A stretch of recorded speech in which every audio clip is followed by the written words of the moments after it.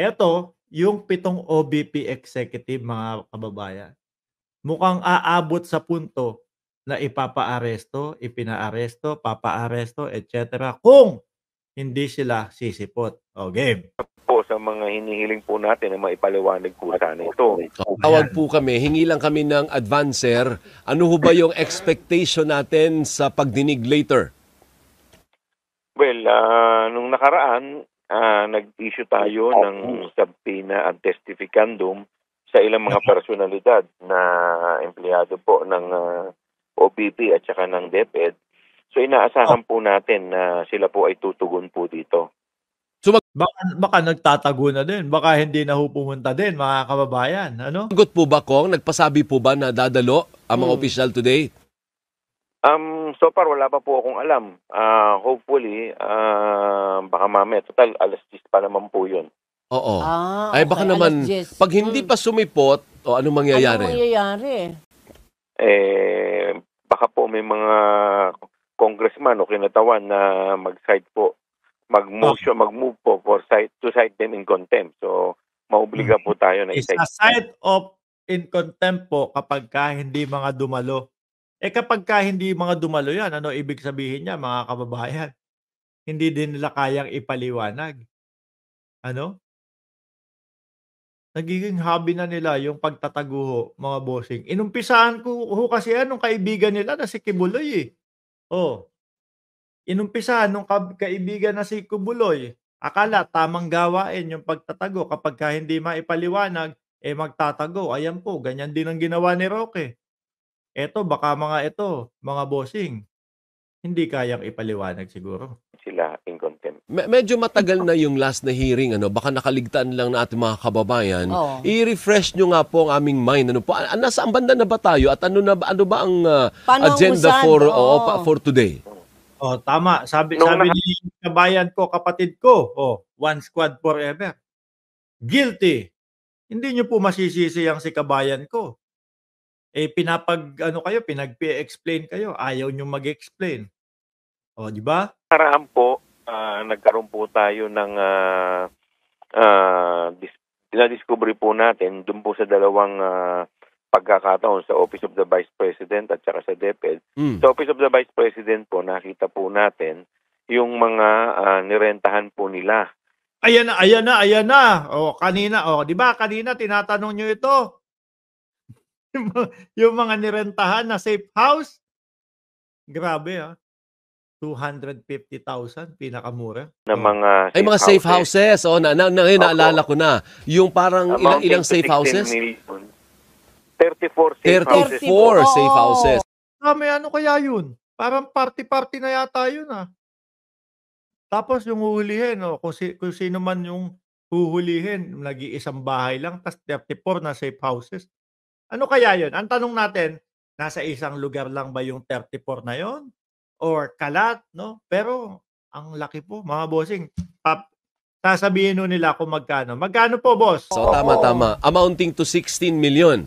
Opo. Ayun, ang pinakamalaki po dito na rentals nila is 1 billion in 11 days. Yeah. So, oo nga, no? Pwedeng mag-connect. Sabi ni Jordan G, safe houses para sa Pogo executives. Kasi baka yung mga panahon na unti-unti ng mga nagtatago yung mga Pogo, Baka lang, hindi ko sinasabing yun mismo. Pero pwede nating maisip yun.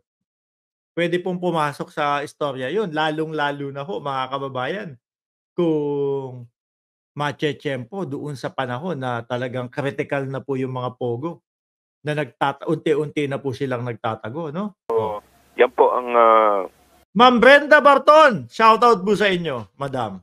Isa po sa mga hinihiling po natin na maipaliwanag po sana ito. Opo. Ang doon sa Office of the Secretary na sa DepEd naman po, ang isa po sa mga naging issue po nung nakaraang hearing ay yung mga certification na in-issue po ng mga Army officers. Kung saan sinasabi po nila na ito po yung mga ginamit na justification para po sa Youth Leadership Summit. Jordan G, paki-guide nga ako, magkano yung per head, no? Napakalaki din po nung sinasabi nilang gastos doon sa youth. Parang kung di ako nagkakamali, 100,000 kada isang ulo. Per per day ba yon? Sabi ni Jordan G. Ginagawa din namin yung mga ganyan eh. Hindi pa lalagpas ng ₱600 kada ulo. Yung sa kanila parang 100,000. Saan ginamit ang safe house? Sayang naman ang pera. O yan, 200K kada isang ulo. Hindi na, 100K na lang kada isang ulo. But apparently, dininay po ng mga army officers na may na-download na pondo po sa kanilang mga programa dito po sa Youth Leadership Summit. So, lumalabas po at hanggang ngayon po hindi po natin malaman kung saan po napunta yung 15 million na nagugol po para dito. Opo. So yan pong Yun yung mga kailangan nilang ipaliwanag. Hindi ho ba? itong opisyal na yan, inaasahan po natin na sila ang makakapagbigay liwanag kasi direktamente involved sila dyan sa mga sinasabi nating mga transaksyon. Opo, in fact, dalawa po dito ay Special Dispersing Officer, si Miss Gina Acosta at saka si Fajarda, si Mr. Edward Fajarda. So sila po yung tumanggap ng nag-withdraw nung cheque na worth dun po sa DepEd, worth 125 million per quarter. Mga bossing, ganito na lang. Sabi ni Monolito Enriquez, mahirap ipaliwanag yung gawa-gawa daw. Ano? Mahirap daw ipaliwanag yung gawa-gawa. Sabi ni Mando, bote nga. Nako po. Malamang sa alamang ho, mga kababayan, kapag hindi daw ho sumipot at hindi pumunta, mga bossing, ang pwedeng kalagyan, baka warrant of arrest din ho ang kalalagyan niyan. Sabi ni Erwin Lopez, sa Youth Leadership Summit, di naman gumastos ang DepEd. Sabi ni Ma'am Brenda Barton, yan, binati si Shiro Kansaki.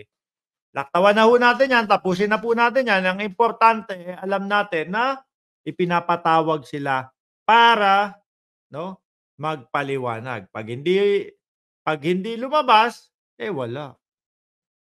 Sabi ni Jerry Macam, wawa ka naman Mark Ramos. Ano yun? Ba't naman tayo naging kawawa? Paliwanag mo nga kung bakit ako naging kawawa. Dali. Habang nagda-topic pa ako. Dadako tayo doon sa panghuli nating topic, mga bossing, ha? Ang lakas ng loob. Wawa ka naman, Mark Lopez. Naku, hindi ako si Mark Lopez. Kahit papaano naman po, medyo may kagandahan naman po yung katawan natin. Di ba?